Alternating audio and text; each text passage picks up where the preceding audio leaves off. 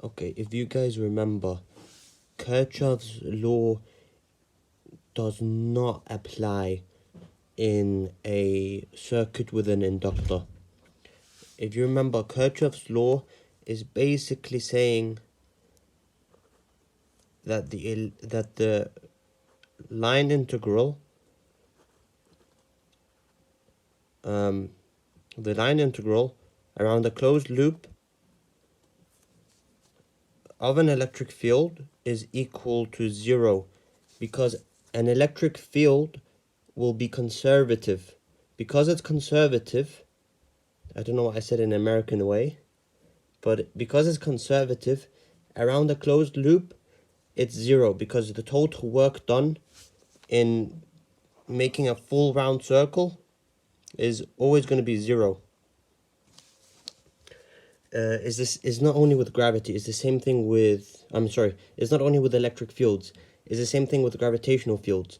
Both of these are conservative, so that's what will happen. However, in this case, that's not going to happen, and the books get it wrong. Well, I don't really know if the books get it wrong. I only have an experience with one book. It's not really a book, but lecture notes. So why is it not a 0 in this case? Because we have an inductor, and if you remember, the induced fields of inductors are not conservative.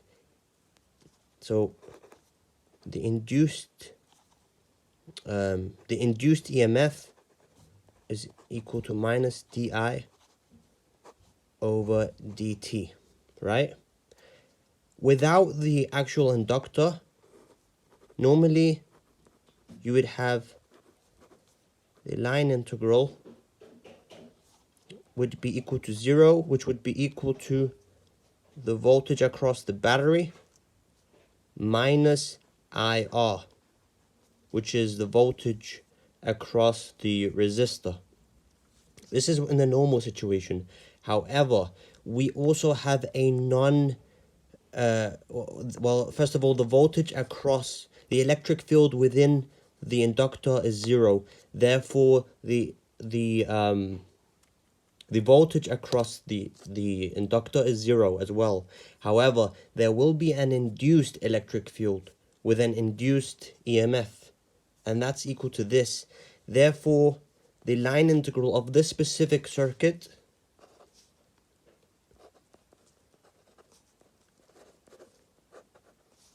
is actually equal to minus L di over dt.